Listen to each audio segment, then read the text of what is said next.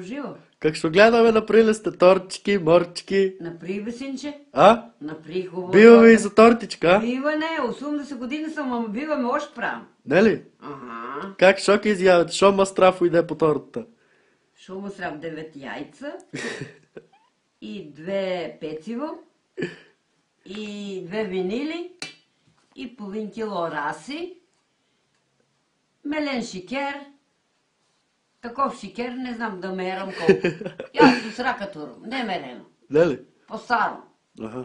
И Шо ки изявате друго за тортичките? Добра ли е? изпечех 2 погачи, едната прещех и едната турих на среди и напълних я фил и са ке ядаме я. Айде да сечем за едење. Не ли, да пробваме? Да пробваме, айде. А, Айде.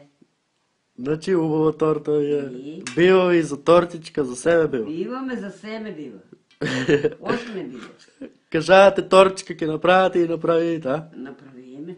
А за гледачите шо ки и кажеш? Да дойдат ли до тортичка? Нека дойдат, бе. А? Нека дойдат. Да, изпробват тортичката. Има торта, тек си я пун. Добре, айде. А вчера, кога ми пиша казната, вие да беете со мене, ке дадете ли да ме Не пише? давах, нямаше грешка, нищо грешено. Ама колата била яка. Ако е яко, шо? Фичу ли да? А вие не ли сте яки? Какви сте вие? Мелата полени си каков си? От чого наплитай мейка?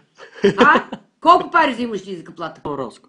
Добре, найдо. Шо кажеш за народа у Радовиш? Ков народ живее у Радовиш? Абе, виран народ, бе. Тия женските сите са виран. Ни една да не взимат.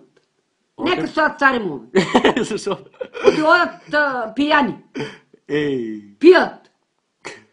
Пият алкохол. И как стари моби? Мора да вземе нещо. Иди я стари Ерген или да остане? Не! А? От Радовиш, мома, не взимай. Бегай далеко, от страна да вземеш.